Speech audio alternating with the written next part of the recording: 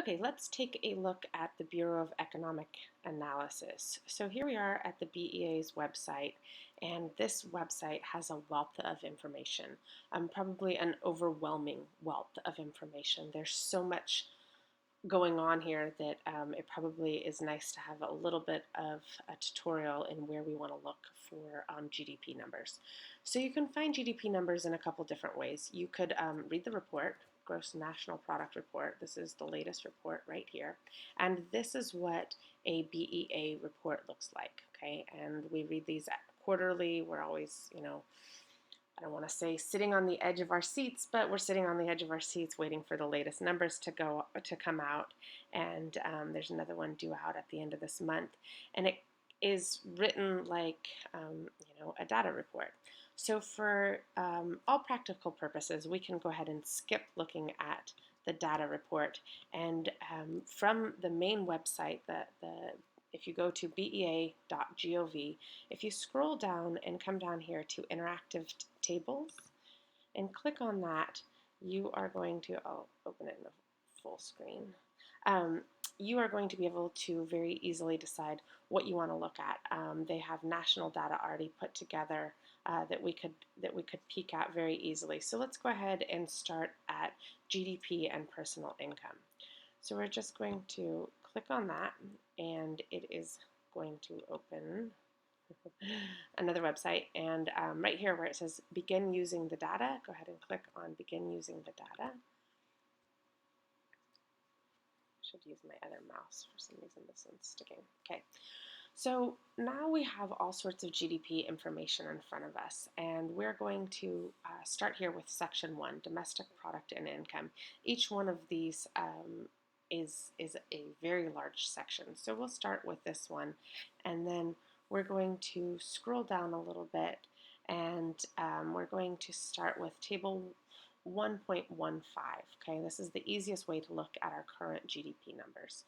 So let's click on that table, and here are numbers that you guys should be relatively familiar with. GDP, current GDP for the first quarter of 2015 comes in just below $17.7 trillion.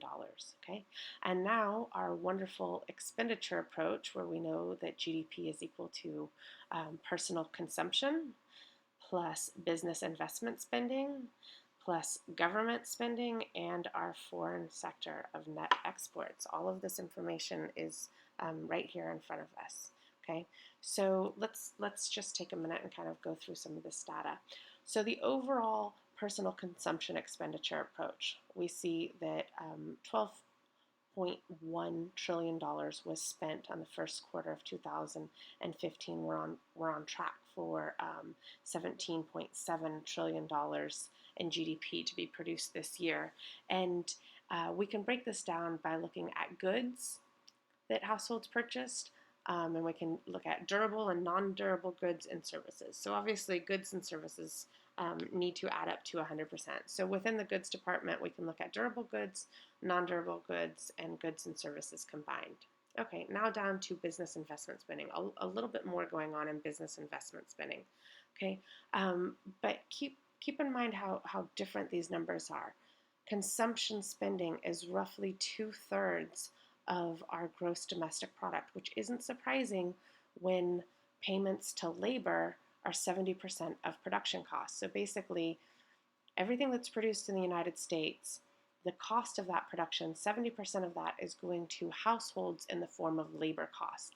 Then they, in turn, are buying goods and services, and out of all of the goods and services that are purchased and produced in the United States, households are buying almost 70%, 66.7% of those goods and services. So that shows you what savings in the United States is right now. Okay, so under business investment spending that comes in just under $3 trillion, we have fixed investments, which are going to be non-residential and residential. So non-residential, we have structures, the buildings and the equipment and intellectual property.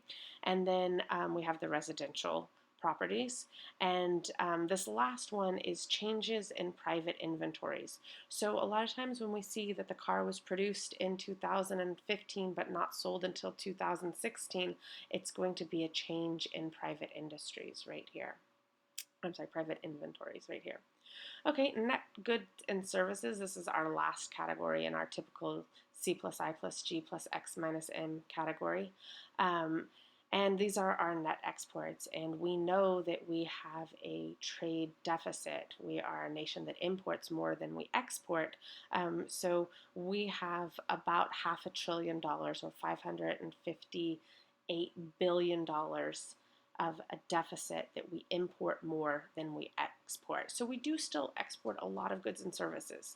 Okay, when it comes to our big exports, our goods and our services, we come in at 2.2, almost 2.3 trillion dollars that we're exporting for goods and services. And then down here, what we're importing for goods and services, these are our imports broken up in goods versus services. So services, that's definitely the smallest of any of the categories on both sides. So it's a lot of goods flowing back and forth through the seas and through the cargo planes that are bringing exports and imports all around the globe in our current global economy.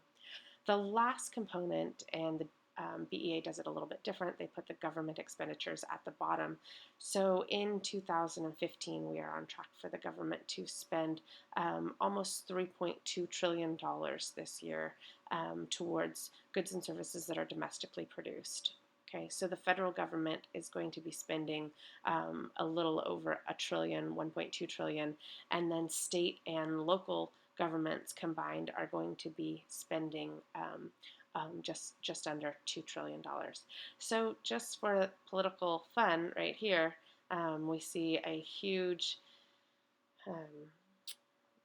point of contention with a lot of people. Okay, so national defense spending versus non-defense spending. So this is currently what the United States government is going to be spending in 2015 on national defense versus all other goods and services that are produced in the United States that are non-defense. So all the Medi-Cal, Medicare, social services, education, First Five, all the non-defense spending right here at less than half of, or a little bit more than half, the national defense spending. Okay, hopefully that gives you guys something to think about as to where your tax dollars are going. So anyways, the Bureau of Economic Analysis is a very, very large wealth of information. It's a website that you need to spend a lot of time hunting around to try and find what you're looking for. But this is a good start. This is a good area to find GDP numbers in.